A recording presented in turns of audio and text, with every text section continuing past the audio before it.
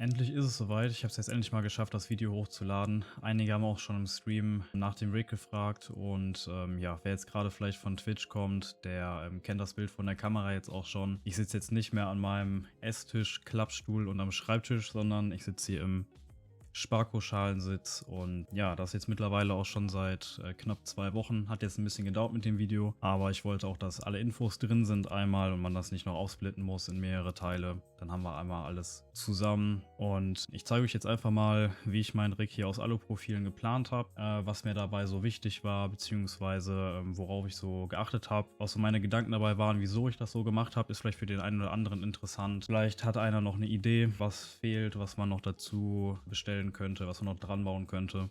Ist jetzt erstmal nur so eine Basis, damit man vernünftig fahren kann, damit ein Monitor dran ist. So das Nötigste, Tastatur, Halterung und all so Sachen sind jetzt noch nicht dabei. Da kann ja dann jeder noch so ein bisschen seine eigenen Ideen mit einbringen, was er vielleicht noch gerne so da dran hätte. Und zeige euch einfach mal, wie ihr das auch relativ einfach machen könnt, ohne viel dafür können zu müssen, ohne irgendein Programm kaufen zu müssen oder irgendwas. Ist eigentlich ziemlich easy, also deutlich einfacher, als ich es jetzt gedacht hätte. Ich würde sagen, dann fangen wir einfach mal an. Starten mal so mit der Planung. Vorweg schon mal alle nötigen Links etc. findet ihr sonst unten in der Beschreibung. Ja, dann geht es jetzt erstmal los ins Programm. Wir sind jetzt hier im Konstruktionsprogramm Maker drin, könnt ihr euch kostenlos runterladen. Wie gesagt, Link ist unten in der Beschreibung. Ist kostenlos, total einfach zu installieren, sollte eigentlich jeder hinkriegen, ist gar kein Problem. Geht auch super schnell und ihr müsst auch nicht großartig konstruieren können, um das jetzt hier umzusetzen, ne? Ihr seht jetzt hier auch schon direkt das fertige Rig, so wie ich es mir ja geplant habe, so wie es für mich gepasst hat, mit möglichst wenig Profilen, um einfach nicht unnötig viel Geld auszugeben und trotzdem aber alles einzeln einstellen zu können, ohne dass da irgendwelche Abhängigkeiten zueinander bestehen. Das war mir halt auch wichtig. Ich wollte jetzt nicht, dass wenn ich eine Sache verstelle, auch automatisch was anderes mitverstellen muss. Da hatte ich nicht so viel Lust drauf, weil dann ist man wieder an bestimmte Sachen gebunden und hat nicht die volle Flexibilität. Das würde ich sowieso empfehlen, dass ihr da auch drauf achtet, weil nachher wollt ihr irgendwie eine Sache verstellen, wo ihr euch vorher gedacht habt, ach, das ist nicht so wichtig, dann passt das schon irgendwie. Und dann habt ihr das Problem, dass euch dann irgendwas da im Endeffekt doch dran stört, ne? Zu den Maßen und so kommen wir nachher. Ich würde jetzt einfach mal grundsätzlich darauf eingehen, warum sieht das so aus, wie es aussieht und was wäre mir an sich halt wichtig dabei, ne? Dann kann ich da vielleicht nochmal kurz drauf eingehen, einfach so auf die paar Sachen, damit wir es vielleicht einmal so durchgegangen sind. Ist vielleicht für den einen oder anderen dann eben auch interessant, so der sich jetzt noch gar nicht damit beschäftigt hat. Fangen wir vielleicht unten an und können dann nach oben so weit durchgehen und also von unten, hinten quasi würde ich sagen, also wir fangen mit dem Sitz an. Warum sieht das so aus, wie es aussieht? Eigentlich relativ einfach. Die 40x80er, also wir haben nebenbei gesagt nur 2 verschiedene Profile hier, 40x40 und 40x80, reicht aber auch vollkommen. Ich fahre jetzt hier mit einer Fanatec CSL Elite, hier wackelt rein gar nichts. Gut, wir kommen zurück zur Erklärung, wie ich was gemacht habe und warum. Grundsätzlich haben wir natürlich 2 Längsträger, ist klar, und um das wiederum vernünftig zu verbinden, haben wir dann hier unterm Sitz erstmal 2 Querträger, die dann wiederum die eigentlichen Profile halten für den Sitz. Man hätte die eigentlich, würde ich sagen, wenn man jetzt nicht ultra schwer ist oder so, weglassen können und die Sitzkonsolen direkt auf die Querträger schrauben können. Zum einen kommt man dann aber noch tiefer, also nochmal 4 cm weiter nach unten. Muss man dann wissen, ob man das will. Deswegen habe ich die ruhig mal mit reingepackt, weil ich dachte mir, an den zweien, gut, das sind dann auch nochmal 4 Winkel, ne? Also ein paar Euro könntet ihr sparen, wenn ihr sagt, egal, ich lasse es weg. Aber was man natürlich auch mit denen noch zusätzlich hat, ist halt eine bessere Gewichtsverteilung, würde ich jetzt mal sagen, auf die Sitzkonsole. Weil die Sitzkonsole, die liegt halt komplett auf dem Profil auf und die würde halt sonst auch nur gerade auf den Schraubpunkten aufliegen. Ob das jetzt großartig schlimm ist, ich glaube nicht. Ich weiß nicht unbedingt, wie es dann wirklich im Auto wäre. Also im Rennwagen, ob man dann auch nur die 2 Befestigungspunkte hat oder ob die Sitzkonsole komplett aufliegt. Wäre vielleicht noch so eine Idee. Ich habe es jetzt einfach mal mit reingenommen, weil haben die meisten so, muss ich ganz ehrlich sagen, da habe ich mich einfach daran orientiert, dass ich es dann auch mit reingenommen habe. So viel dazu erstmal, zu den Maßen von den Querträgern. Die sind immer 500 lang, also Innenmaß zwischen den beiden Längsträgern 50 cm. Habe ich jetzt erstmal so genommen, weil das vollkommen ausreichte hier für den Sparko-Sitz. Je nachdem, was ihr für einen Sitz nehmt, solltet ihr das aber schon nochmal abmessen, ne? Ihr seht, das ist jetzt relativ eng hier mit dem Winkel. Ich habe es jetzt nachher aber sowieso so rangeschraubt, dass ich die Winkel einfach nach innen gesetzt habe. Hat auch ganz gut funktioniert. So hat man nochmal mehr Platz, ne? Hier habe ich jetzt 40 oder 41 Zentimeter Sitzbreite, da wo die Konsolen drankommen. Das hat halt noch locker gepasst, ne? Ich finde jetzt auch nicht, dass das großartig eng ist oder so. Es ist relativ schmal. Manche fertigen Rigs, die ihr kaufen könnt, die sind vielleicht was breiter, aber im Prinzip reicht das eigentlich vollkommen. So viel zum Sitz. Also ihr könnt allgemein, wenn ihr einfach die Wehrträger und die noch da drauf sind, nochmal verschieben wollt, müsst, wie auch immer, könnt ihr auch einfach komplett alles nach vorne schieben. Oder ihr lasst halt auf der hintersten Einstellung, weil eigentlich machen es viele so, oder habe ich es auch gemacht, dass man den Sitz einfach ganz nach hinten setzt und alles andere stellt man dann auf die Sitzposition ein, die man sich quasi so als Ankerpunkt dann einmal nimmt. Und so habe ich es jetzt hier auch gemacht. Also so viel eigentlich zum Sitz. Ich habe jetzt keine Sitzschiene nochmal drunter. Ich habe den Sitz jetzt einfach fest verschraubt, also die Sitzkonsole am Sitz natürlich. Und das wiederum direkt aufs Profil drauf, weil hier fährt sonst eh keiner mit. Die Stabilität war mir einfach sowieso am wichtigsten. Ja, dann gehen wir mal weiter zu den Pedalen erstmal vielleicht. Da habe ich jetzt auch ein bisschen gespart. Manche andere, die machen dann hier so ein ganzes Viereck draus. Kann man machen, muss man nicht. Manche machen so, manche machen so. Also ich habe jetzt schon beide Varianten gesehen, so ist es nicht, ne? Ich habe mir das jetzt auch nicht alles komplett selber ausgedacht. Die ganzen Rigs, die sind natürlich alle sehr ähnlich aufgebaut, ne? Man wird immer wieder auf ein ähnliches Ergebnis kommen. Aber an sich kann man hiermit auch alles Nötige einstellen. Also hier zum einen, ihr müsst euch das jetzt vorstellen, dass das alles die Neigung hat von den Pedalen nachher. Ihr seht es aber auch später einmal in echt. Nur hier kann man es immer mal ganz gut dran erklären, was man sich da wirklich so bei gedacht hat. Also hier schraubt ihr halt die Pedale drauf, ist klar. Die Neigung könnt ihr halt ganz gut einstellen hier über das Profil. Und die unterste Stellung könnt ihr hier drüber noch ganz gut einstellen. Nicht komplett variabel und flexibel, das stimmt schon, aber ihr könnt das Profil einmal nach unten drehen oder nach oben drehen.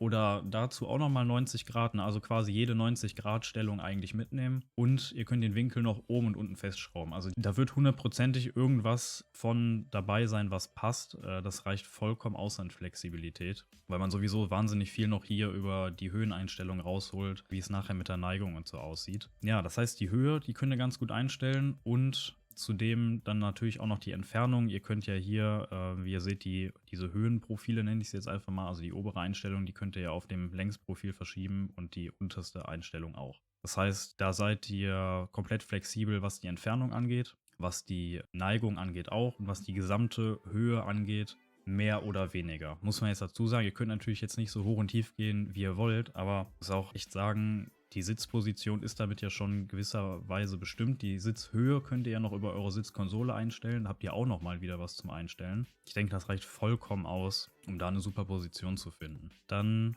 kommen wir jetzt noch zu den Längsträgern, die hier noch draufstehen und so auch bombenfest sind mit den zwei Winkeln jeweils da unten. Für die Wheelbase habe ich jetzt auch einfach 40x80er Profile genommen, wo ihr dann welche Base auch immer ihr habt, eigentlich mehr als genug Platz drauf haben solltet. Löcher reinbohren, Schrauben von unten rein und feste ist das Ganze. Könnt ihr dann theoretisch auch noch in der Neigung einstellen, war jetzt bei dem CSL Elite nicht nötig, weil das ja eh schon einen Winkel hat. Habt ihr jetzt aber irgendeine eine DD oder welche auch immer, die normalerweise halt gerade liegt, könnt ihr das Ganze hier, also den queren mit den zwei Längsprofilen oben drauf, in der Neigung kippen. Ihr könnt es in der Höhe einstellen und ihr könnt es unabhängig von den, und das war mir wichtig, unabhängig von den Längsträgern in der Tiefe verstellen. Dadurch, dass ihr hier diese zwei halt nach vorne und hinten schieben könnt. Deswegen sind die auch relativ lang, weil ihr dann so nochmal 10, 15, wenn nicht sogar 20 Zentimeter Luft habt, um da nach vorne und hinten zu rutschen. Warum war mir das so wichtig? Weil es mir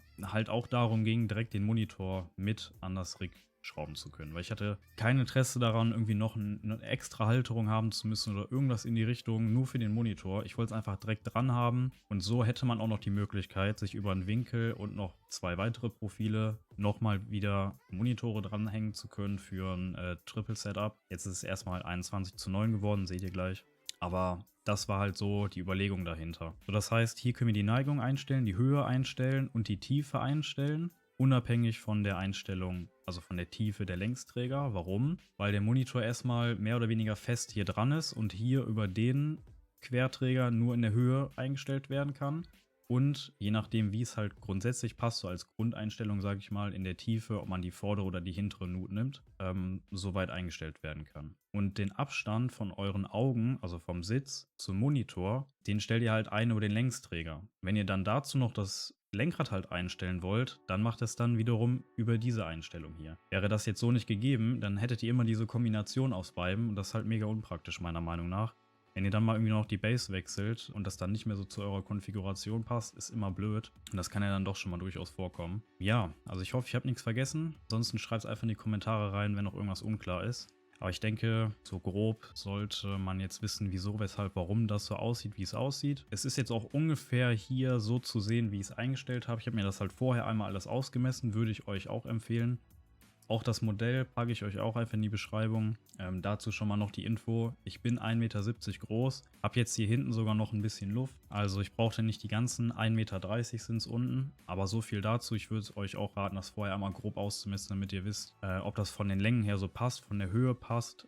Ich habe halt überall ein paar Zentimeter so oder so oben drauf geschlagen, weil ich mir dachte, dann ist das Profil lieber ein paar Zentimeter zu lang, als es nachher ein paar Zentimeter zu kurz ist und ihr müsst ein neues Profil bestellen. Zahlt mega viel Versand und habt dann so ein Profil über, ne? Deswegen das noch so als Hinweis. Dann mega praktisch hier, wenn ihr das alles fertig habt, ich würde euch empfehlen, macht auch die Abdeckkappen drauf, macht die Winkel da rein und alles, was ihr vielleicht sonst noch braucht. Wie konstruiert ihr das denn jetzt eigentlich, wenn ihr das ändern wollt? Nochmal eben dazu nämlich. Ihr braucht eigentlich nichts weiter als das Fenster hier. Ihr klickt hier auf Extrudieren, auf den kleinen Pfeil, dann öffnet sich das hier. Jetzt habt ihr 1000 Profile. Ist aber eigentlich egal, weil ihr braucht eigentlich einfach nur irgendeinen 40er 40x40 oder ein 40x80, was auch immer ihr nehmen wollt. Ich würde euch empfehlen, 40x40 und 40x80 zu nehmen. Klickt das einfach an, setzt hier an und zieht es einfach in die Richtung, wo ihr hin wollt. Ihr könnt hier nach oben, ihr könnt hier zur Seite, ne? Also alles so im rechten Winkel. Könnt das dann hier hinsetzen, könnt dann auch wieder auf Select gehen und könnt das hier noch in der Länge verstellen oder. Also es ist wirklich mehr oder weniger selbsterklärend das Ganze. Könnt das hier wieder rauslöschen. Das andere, was ihr braucht, sind einmal hier die Abdeckkappen. Da zeigt er euch dann an, wo ihr die Abdeckkappen drauf machen könnt. Also wo er euch anbietet, die hinzusetzen. Und was ihr ansonsten noch braucht, wegen den Winkeln, ist hier einmal das Zubehör. Und da müsst ihr nochmal vorne auf Winkel. Welchen ihr da nehmt, ist auch da mehr oder weniger egal. Nehmt einfach den ersten. Weil es geht eigentlich nur um die Stückliste, weil wenn ihr den nehmt, habt ihr direkt die 2 Schrauben drin und dann kommen wir nämlich zu dem Vorteil, warum ich gerade gesagt habe, macht das am besten alles drauf und plant das wirklich komplett fertig, wie ihr es bestellen wollt, dann ist die Gefahr, dass ihr irgendwas vergessen habt am Ende, am geringsten. Dann geht ihr auf Stückliste, hier das obere, hier unten gibt es nochmal das mit den 3 Punkten, ihr nehmt aber das obere, das könnt ihr alles so lassen. Klickt einfach auf OK, ich habe das vorhin schon mal gespeichert, deswegen speichere ich es jetzt einfach drüber, könnt ihr nennen, wie ihr wollt. Und dann erstellt sich eine PDF-Datei, wo ihr hier nochmal so eine ISO-Ansicht habt von dem, was ihr da konstruiert habt. Und dann kommt der riesen Vorteil hier einmal, wenn ihr dann nämlich bestellen wollt, bei dem Anbieter da eurer Wahl. Ich habe unten auch nochmal einen Link reingehauen, wo ich es jetzt bestellt habe, weil mir war es halt wichtig, dass es in schwarz ist. Es geht mit Sicherheit auch nochmal günstiger. Bei manchen anderen Anbietern, wenn ihr es jetzt einfach in Silber nehmen wollt, also einfach normales Alu, das jetzt halt schwarz eloxiert, ist dann halt Geschmackssache. Wenn ihr wirklich richtig sparen wollt, dann nehmt ihr halt nicht schwarz. Könnt dann nämlich mit eurer Stückliste hier auch direkt in die Bestellung reingehen. So, was wir jetzt hier sehen, sind einmal die Alu-Profile. Ja, wir sehen hier Profil 40x40, Profil 40x80. Habt ihr die Info schon mal? 40x80 Profil brauche ich, dann müsst ihr wissen, wie lang ist das. Das steht immer hier nach dem letzten Slash, also die letzten paar Zahlen. In dem Fall 500 mm. Und wie oft brauche ich das Ganze? In dem Fall einmal. Dann habt ihr die 3 Infos. Welches Profil ist es? Wie lang ist es? Und wie oft brauche ich das? Die Preise könnt ihr halt ignorieren. Das ist halt jetzt vom Programm generiert. Das ist mal egal. Dann habt ihr die Profile schon mal drin. Dann habt ihr hier die Abdeckkappen 40x40 und 40x80 drin. Auch hier wieder die Anzahl. Wie oft brauche ich das? Dann habt ihr hier drin die Winkel. Auch mega wichtig zu wissen, wie viele Winkel brauche ich. Das könntet ihr natürlich auch einfach nochmal durchzählen und wirklich nochmal checken. Ich würde sowieso empfehlen, einfach von ein paar Sachen, Winkel, Schrauben, Nutenstein und so, irgendwas fällt einem immer nachher ein, was man noch dran basteln will. Einfach ein paar Stück mehr zu bestellen. Ich habe hier und da, habe ich jetzt an ein paar Sachen nicht gedacht, weil was braucht ihr natürlich noch? Ihr braucht noch Schrauben für euren Sitz, beziehungsweise Sitzkonsole. Ihr braucht Schrauben für die Wheelbase, wenn ihr sie nicht schon habt oder dabei waren, für die Pedale und für den Monitor, wenn ihr den halt eben so dran machen wollt, auch noch. Und falls ihr dann auch noch Stellfüße drunter habt, denkt dran, nicht nur die Stellfüße zu bestellen, sondern auch nochmal Nutensteine dafür oder wie auch immer die befestigt werden. In meinem Fall waren es halt Nutensteine. Kann ich jetzt schon sagen, wenn ihr irgendwelche Sachen nachher im Baumarkt nachkauft, ist das doppelt und dreifach so teuer, wie wenn ihr hier einfach ein paar Stück mehr bestellt und dann habt ihr die Sachen halt, ne? Ist die deutlich einfachere Variante. Ja, zu den Winkeln braucht ihr natürlich dann auch noch die Schrauben und die Nutensteine, ne? Hier als Anhaltspunkt auch, ob ihr was vergessen habt oder nicht. Ihr braucht natürlich doppelt so viel Schrauben und Nutensteine, wie ihr an Winkeln habt. Wenn das Programm da mal irgendwie eine Schraube vergisst oder so und ihr bestellt dann wirklich einfach nur genau die Anzahl, dann fehlt euch nachher eine Schraube, mega ärgerlich. Dann gibt es halt nur noch die Abdeckkappen für den Winkel und dann habt ihr eigentlich alles, was ihr braucht und dann könnt ihr den Kram eigentlich auch schon bestellen. Bevor es jetzt direkt weitergeht mit dem Aufbau, den ich euch einfach nochmal im Zeitraffer zeige und dann noch ein paar Sachen dazu erkläre beim Aufbau, was mir so aufgefallen ist, was gut gelaufen ist, was vielleicht auch schlecht gelaufen ist und ob ich vielleicht irgendwas anders machen würde, wenn ich es jetzt nochmal mache. Einmal noch kurz die Liste hier direkt, damit das auch nochmal einfach in schön habt. Keine Ahnung, könnt vielleicht auf Pause machen. Könnt ihr dann nochmal reinschauen, das nochmal vergleichen. Das sind jetzt auch wirklich die Preise, zu denen ich bestellt habe. Wie gesagt, ist jetzt ungefähr 2 Wochen her. Dann habt ihr dazu einfach auch nochmal die Preise. Könnt das vielleicht auch einfach unten im Warenkorb nochmal vergleichen, wenn ihr wirklich genau das gleiche bestellen wollt. Wie es bei euch aussieht, dann könnt ihr nochmal abchecken, ob das soweit passt oder nicht. Finde ich so einfach nochmal deutlich übersichtlicher als jetzt in der Liste. Die packe ich jetzt nicht mit unten rein. Die könnt ihr euch jetzt hier vielleicht einmal angucken. Dann geht es jetzt aber auch in den Aufbau.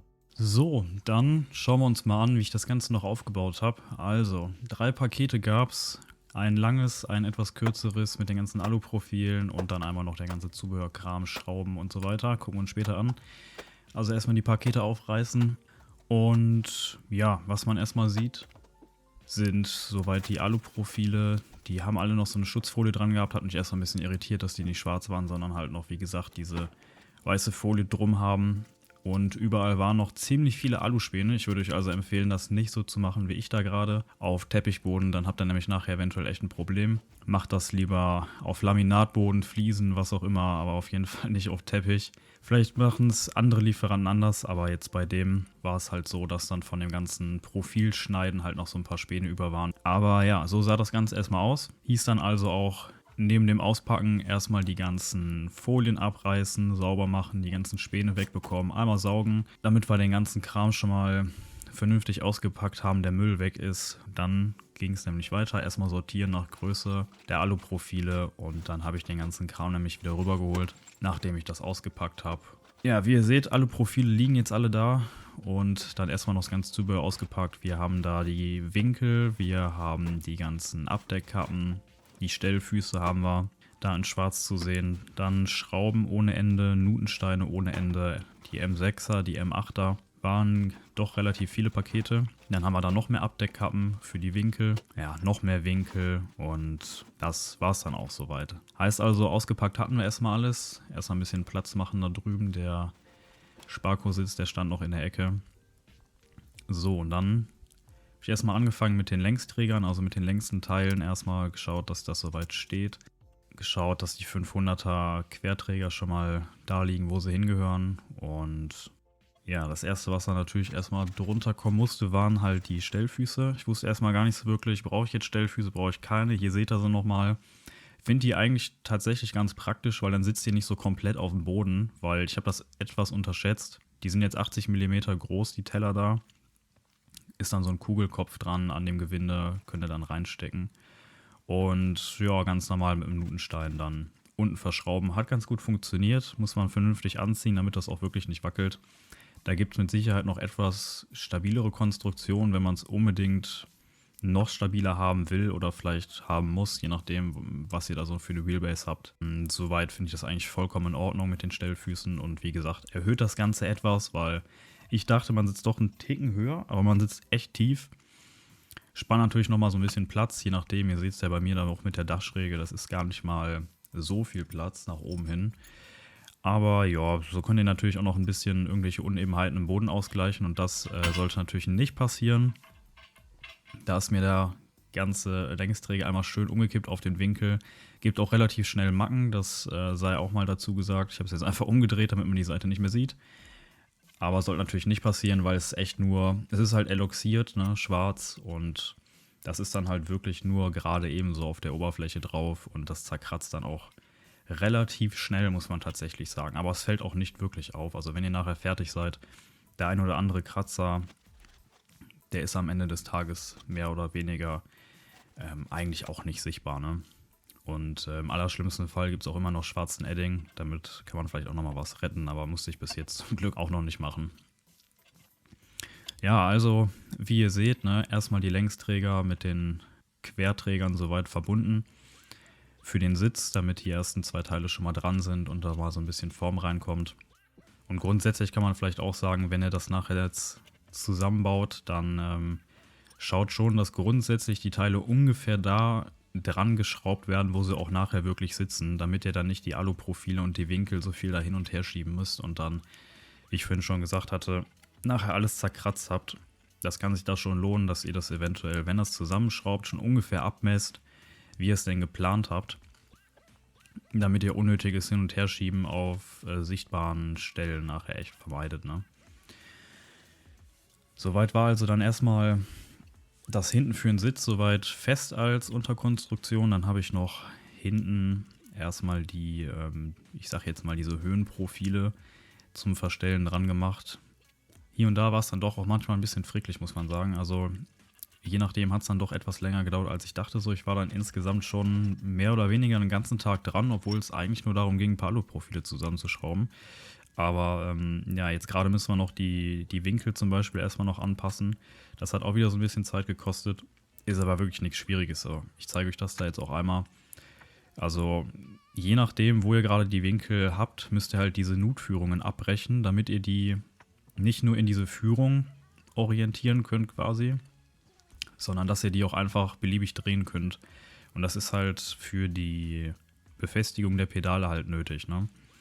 Weil sonst könnt ihr sie halt nicht einstellen, wie ihr wollt. Deswegen müsst ihr es da abbrechen und einmal einfach glatt feilen das Ganze und dann hat sich die Sache auch erledigt, also auch nicht schwieriges. Ihr braucht halt einfach nur eine halbwegs feine Feile, damit das Ganze nicht so grob wird. Dann könnt ihr da drunter feilen. Wenn ihr richtig Glück habt, dann brechen die Nasen direkt so ab, beziehungsweise die Nutführungen brechen direkt so ab, dass ihr da gar nichts nachfallen müsst. Das ist jetzt in meinem Fall aber nur 2 oder 3 Mal passiert insgesamt. Ansonsten muss ich da schon nochmal drüber feilen. Aber ist jetzt auch nicht so das Problem, ne? Ich habe jetzt grundsätzlich halt immer Winkel genommen, die eine Nutführung haben. Es gibt auch andere Winkel, die haben halt keine Nutführung, aber ich fand es jetzt nicht so dramatisch. Dann hat man auf der einen Seite wenigstens noch Nutführung und ist da so ein bisschen flexibler, weil ich denke mal, das ist gar nicht so schlecht, wenn man Nutführung dran hat. Ist das an den Stellen, wo man sie braucht, einfach schon ein bisschen stabiler das Ganze, würde ich sagen. Und man kriegt es auch vielleicht ein bisschen einfacher wirklich winklig zusammen, ne? Ja, das ist dann jetzt das erste, ja, wie soll man sagen, der erste vertikale Träger dann wirklich für Wheelbase und Monitor. Hier noch eben kurz den zweiten dran gemacht. Und dann ging es auch weiter mit dem Querträger für die Wheelbase. Da dann auch jeweils jetzt 2 Winkel dran gemacht, weil ja, Richtung Wheelbase dachte ich mir dann auch, mehr Stabilität kann da nicht schaden. Statt einen Winkel nehmen wir da ruhig mal 2. Ob einer gereicht hätte, ich weiß es nicht, vermutlich schon, aber warum dann da noch sparen? Also ich dachte mir, wenn es jetzt wirklich dann einmal vernünftig stabil ist, dann passt das schon. Da kann man dann lieber mal 4 Winkel dran machen, dann ist das da bombenfest verbunden. Dann wackelt da auch nichts mehr dran. Und so war es letztendlich auch. Also ist super fest geworden. Das dann auch mal so grob ausgemessen, schon mal auf die Höhe, wo ich es hinhaben wollte, damit ich da nicht allzu viel verstellen muss. Wie ich vorhin schon so bei der Planung gesagt hatte, ich habe vorher einmal alles grob ausgemessen, damit es möglichst gut passt. Das wird jetzt noch die Querstrebe für den Monitor. Wie gesagt, da reicht ein 40x40er Profil, 2 Winkel dran, da wird nicht dran rumgerissen oder irgendwas. Ein Monitor wiegt jetzt auch nicht unglaublich viel. Also das ist mehr als ausreichend, das Ganze ist bombenfeste. Da wird sicherlich ein noch viel kleineres Profil reichen, aber ich habe mich ja jetzt für die 40er Profile entschieden, deswegen war das jetzt das einzig Sinnvolle da zu sagen, ich nehme 40x40 Profil. So, dann habe ich das Ganze nochmal kurz mal grob festgezogen, damit das nicht noch irgendwie umfällt oder so, weil die vertikalen Träger, die hatte ich da eigentlich mehr oder weniger nur reingestellt bis dahin. Dann ist mir dann noch aufgefallen, dass ich noch ein paar Winkel bearbeiten musste. Ich glaube, das waren dann sogar noch 8 Stück. Einfach je nachdem, gar nicht mal für den variablen Winkel, sondern je nachdem, wie ihr die Winkel halt im 90-Grad-Winkel festschrauben wollt, passt das dann halt auch nicht mit den Nutführungen. Aber wie gesagt, ist jetzt nicht wahnsinnig schlimm. Ich würde auch immer wieder die Winkel nehmen mit der Führung, weil an den Stellen, wo man es gebrauchen kann, finde ich, ist es auch schon gerechtfertigt, dass man dann eine Nutführung dran hat. Finde ich gar nicht so verkehrt. Aber in dem Fall, wenn man jetzt so wie für die Halterung der Wheelbase die Winkel dran schrauben will, dann passt das halt nicht. Ne? Das seht ihr ja, so wäre die Nutführung halt für was Vertikales und so kommt das jetzt halt horizontal wieder dran. Da passt natürlich nicht die Nutführung rein. Aber auch nicht so schlimm an der Stelle. Tja, wie ihr seht, das sind jetzt die zwei 40x80er Profile für die Wheelbase. Habe ich jetzt auch erstmal grob dran geschraubt. Habe ich nachher gemerkt, war eigentlich relativ unnötig, das da überhaupt dran zu schrauben, weil ich werde es nachher sowieso wieder abschrauben, wie ihr seht. Dann noch kurz die letzten zwei 40x40 Profile für die Sitzkonsolen drauf geschraubt. Da haben wir noch gerade geschaut, wie es mit den Pedalen aussieht. Einmal schon mal kurz draufgelegt, bisschen angezogen, ungefähr, ne? Alles erstmal so ungefähr gemacht. Einstellen müsst ihr dann nachher so oder so noch. An der Stelle war es mir halt nur wichtig, einmal alles so grob feste zu haben. Mal kurz die Wheelbase draufgelegt. Ich meine, an der Stelle habe ich jetzt angefangen, das langsam auszumessen. Wenn ich es richtig in Erinnerung habe, dann wird jetzt gleich erstmal der Sitz festgeschraubt, kommen die Sitzkonsolen drauf und. Und vor allem ist mir dann aufgefallen, dass es noch zum Baumarkt geht, weil für einiges hatte ich noch gar keine Schrauben. Für die Wheelbase zum Beispiel brauchte ich noch 50 mm Schrauben, 3 Stück.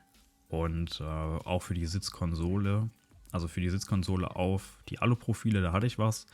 Aber für Sitzkonsole zum Sitzen brauchte ich noch irgendwas Passendes und da wollte ich noch ein paar Abstandshalter haben. Das zeige ich euch nämlich auch nachher. Finde ich mega wichtig und eigentlich eine ganz gute Lösung, so wie ich es gemacht habe, weil wo ich gar keine Lust drauf hatte, ist die Sitzkonsole zu zerkratzen. Weil die ist super kratzempfindlich, das ist Fiberglas, glaube ich. Und das zerkratzt halt mega schnell. Das hätte ich halt super schade gefunden, wenn es entweder bei der Montage oder halt so an sich durch leichte Bewegung immer wieder an dem Metall kratzt und früher oder später halt der Sitz aussieht, ja, wie Sau, ne? Und wie ihr seht, jetzt war ich gerade noch beim Baumarkt, ein paar dicke Unterlegscheiben geholt, Schrauben ohne Ende, Unterlegscheiben in Kunststoff dann auch noch.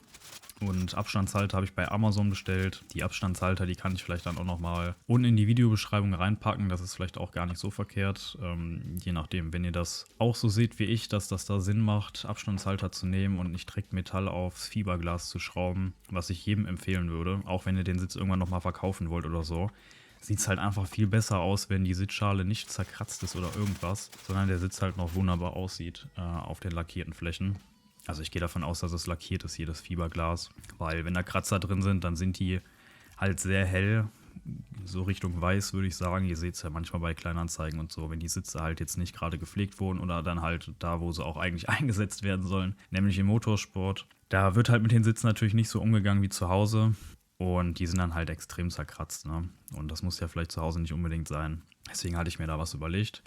Ja, wie ihr seht, schraube ich da jetzt erstmal noch die Sitzkonsole mal drauf. Einmal grob, dass das passt. Und auch da seht ihr schon, da habe ich zwischen Sitzkonsole und Schraube solche Kunststoff-Unterlegscheiben genommen. Habe ich da jetzt auch genommen, dass wenn man da nochmal was verstellt, dass man dann nicht immer so einen krassen Abrieb hat von den Schrauben, weil auch da ist das Schwarz dann natürlich weg. Deswegen einfach Kunststoff-Unterlegscheiben genommen, dann zerkratzt auch da wieder nichts. Vielleicht bin ich da auch ein bisschen sehr pingelig, ne? Aber gut, vielleicht für den einen oder anderen auch interessant. Oder wenn man vielleicht vorher nicht unbedingt daran denkt, dann ärgert man sich vielleicht nachher, dass man es nicht gemacht hat. Deswegen wollte ich da einfach nochmal darauf hinweisen. Ich finde es eine ganz gute Lösung. So habt ihr da keinen Stress. Vor allem auch gerade so beim Einsetzen vom Sitz und beim Zusammenschrauben habt ihr einfach ein bisschen mehr Luft, ne? Wie ihr seht, das sind jetzt ja 10, 15 mm Abstandshalter. Da passiert dann auch einfach nichts, ne? Und das ist deutlich einfacher so, finde ich, auch den Sitz da vernünftig reinzubekommen. Vor allem, wenn ihr euch dann darunter einfach noch ein paar Kissen hinlegt, wie ihr es vorhin gesehen habt, dann kann auch nach unten hin nichts passieren. Und so ist kein einziger Kratzer an den Sitz dran gekommen. Wie ihr jetzt seht, gerade noch eben die Wheelbase draufgeschraubt in die 3 Löcher. Ich habe es jetzt so gemacht, dass die mittlere Schraube einfach zwischen die Profile gemacht habe und anderen beiden Löcher halt gebohrt. Da muss ich nur 2 Löcher bohren für die 3 Schrauben. Ist dann so gesehen ein bisschen ja, konisch, aber kann man noch genauso festschrauben, trotz Nutführung, ist gar kein Problem gewesen an der Stelle. Ja, und dann war auch schon fast alles dran. Dann fehlte im Prinzip eigentlich nur der Monitor. Das war auch gar kein Problem. Da hatte ich dann die Monitorhalterung, wie ich sie gezeigt hatte, hinten dran geschraubt. Zeige ich euch gleich nochmal, wenn ich einmal nochmal kurz ums Rig rumgehe, wie es jetzt überhaupt aktuell aussieht, weil der Monitor, der kam nämlich auch nochmal weg, den habe ich nochmal ausgetauscht, mit dem war ich nicht ganz so zufrieden, da wird auch nochmal ein Video zu kommen zu den beiden Monitoren. Verlinke ich dann vielleicht auch nochmal einfach oder hier über diese Infokarte, müsst ihr dann mal reinschauen, wenn ich soweit bin. Und ja, Monitor oben dran geschraubt mit der Halterung, den Fuß unten einfach abgezogen Und dann war erstmal alles dran. Dann mal kurz geguckt, wie es so ungefähr passt. Wie ist denn so der Augenabstand? Mal kurz einfach ein bisschen wirken lassen, das Ganze. Und ja, ich kann euch sagen, hier und da habe ich auf jeden Fall noch was verstellt. Die Wheelbase, die kam noch weiter runter. Die Pedale musste ich nochmal verstellen, der Sitz ist so geblieben. Und das war es soweit mit dem Aufbau. Jetzt zeige ich euch nochmal, wie das Ganze aussieht. Ich zeige euch jetzt nochmal die Abstandshalter. Ich zeige euch, wie sieht denn das Rig von der anderen Seite aus bezüglich Monitorhalterung etc. Und gehe da nochmal ganz kurz drauf ein. Ja, so sieht es jetzt nach mittlerweile schon 4 Wochen aus. Der PC ist jetzt nach links gewandert am Schreibtisch, wem es vielleicht aufgefallen ist gerade. Stand er noch rechts in den Videos. Das musste jetzt einfach wegen den Kabellängen so sein, weil das wäre sonst alles zu kurz gewesen. Muss aber auch sagen, finde es so eigentlich ganz praktisch mit den Kabeln. Nur wie ihr seht, das ist halt noch ein bisschen Chaos da hinten. Das muss ich nochmal vernünftig aufräumen. Würde aber auch noch gemacht, dann sieht das noch ein bisschen schicker aus. Aber ja, ich habe da noch nicht die richtigen Clips gefunden. Mal schauen. So sieht jetzt auf jeden Fall das Rig aus. Viel hat sich nicht getan. Der Samsung-Monitor wurde wieder zurückgeschickt, der hat mir halt wirklich echt nicht gefallen. Dafür kam jetzt der Dell-Monitor, mit dem bin ich super zufrieden. Also wenn man den für einen guten Preis bekommt, kann ich echt nur jedem empfehlen. Wenn es euch interessiert, könnt ihr das auch mal in die Kommentare schreiben. Hier seht ihr jetzt sonst noch die Monitorhalterung. Ist im Prinzip auch einfach nur ein Winkel, aber funktioniert wunderbar. Passt perfekt für das 40x40 Profil. Auch für den Dell-Monitor, also sowohl der Samsung als auch der Dell-Monitor passt da ganz gut dran, weil es beim Dell-Monitor echt was besser ist. Hier ist auch einfach nochmal etwas näher das Ganze. So sieht die Verbindung da jetzt aus. Man kommt auch weiterhin wunderbar an die Kabel dran. Man hat noch ein bisschen Platz mit dem 40x40 Profil. Funktioniert auch alles wunderbar. Habe den Monitor jetzt so eingestellt, dass der wirklich gerade eben so über der Base ist. Und so passt es eigentlich ganz gut. Jetzt nochmal etwas näher die Pedale, so wie ich die CSL Elite Pedale jetzt erstmal dran gemacht habe. Relativ steil, weil die Pedale, finde ich, ziemlich weit nach hinten geneigt sind. So stehen die fast gerade. Die Pedale finde ich eigentlich so ganz nett. Und seht ihr auch mal, wie jetzt ungefähr meine Einstellung hier eigentlich ist mit den Winkeln und den Profilen. Man hat also da noch gut Luft. Mit dem Sparco Grid Q bin ich auch super zufrieden. Also ist echt ein klasse Sitz, finde ich. Ich war aber auch echt froh, dass ich mir den vor Ort anschauen konnte und mal alle durchprobieren konnte. Wenn ihr euch da noch unsicher seid oder da vielleicht auch euch irgendwie mal eine Übersicht oder so wünscht, kann ich da vielleicht auch nochmal was zu machen. Wie gesagt, schreibt es einfach in die Kommentare. Dann jetzt, wie vorhin angesprochen, noch einmal zur Sitzkonsole, wie ich die jetzt befestigt habe, beziehungsweise ich den Sitz vor allem befestigt habe, damit das schwarz lackierte Fiberglas da nicht kaputt geht, beziehungsweise das heißt kaputt geht, sondern damit das keine Kratzer bekommt, habe ich, wie ihr da seht, diese Kunststoff- bzw. Gummi-Abstandshalter noch da reingepackt. Von außen dann auch einmal so eine Kunststoff-Unterlegscheibe genommen. Das dann gut angezogen ist, bombenfeste. Nur, dass jetzt halt nichts verkratzen kann. Und ja, und das war's auch soweit. Wenn ihr noch irgendwelche Fragen habt, wenn irgendwas unklar ist, schreibt es einfach unten in die Kommentare. Wenn es einige Fragen sind, mache ich ein Video drüber. Wenn es nur vereinzelte Fragen sind, dann antworte ich direkt mal unter dem Kommentar. Ansonsten würde ich mich freuen, wenn euch das Video gefallen hat oder geholfen habt. Lasst mal ein Like da, lasst ein Abo da, damit ihr dann auch nichts verpasst. Und schaut vor allem auch gerne auf Twitch vorbei, dann seid ihr immer up to date. Seht so, was so abgeht, direkt im Livestream. Da geht nämlich sowieso am meisten. Hier auf YouTube kommen natürlich nach und nach jetzt auch immer Videos weiterhin, aber halt immer etwas verspätet. Würde mich auf jeden Fall freuen und in diesem Sinne dann bis zum nächsten Mal. Ciao, ciao.